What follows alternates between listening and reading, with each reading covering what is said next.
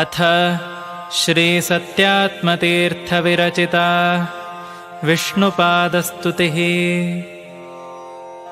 यदीयमाश्रितं पदं समस्तपापनाशकं स विष्णुरात्मसत्पदे सुभक्तिमाशु मे दिशेत्।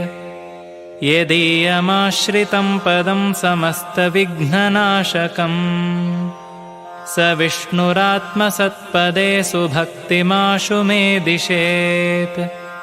यदीयमाश्रितं पदं समस्तदुःखनाशकं स विष्णुरात्मसत्पदे सुभक्तिमाशु मे दिशेत्। यदीयमाश्रितं पदं समस्तपुण्यदायकं स विष्णुरात्मसत्पदे सुभक्तिमाशु मे दिशेत्।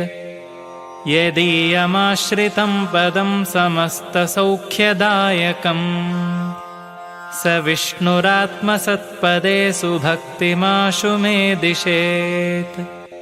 यदीयमाश्रितं पदं समस्तभाग्यदायकं स विष्णुरात्मसत्पदे सुभक्तिमाशु मे दिशेत्। यदीयमाश्रितं पदं समस्तशास्त्रबोधकं स विष्णुरात्मसत्पदे सुभक्तिमाशु मे दिशेत्।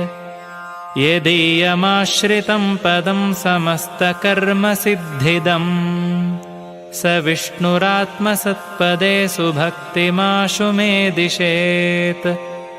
यदीयमाश्रितं पदं समस्तदेवतोषधं स विष्णुरात्मसत्पदे सुभक्तिमाशु मे दिशेत्। यदीयमाश्रितं पदं समस्तसद्विमुक्तिदं स विष्णुरात्मसत्पदे सुभक्तिमाशु मे दिशेत्। यतिः सत्यात्मपदभागभवद्विष्णुपादभाक् तदुक्तपदभाग्यस्तु स भवेद्विष्णुपादभाक्।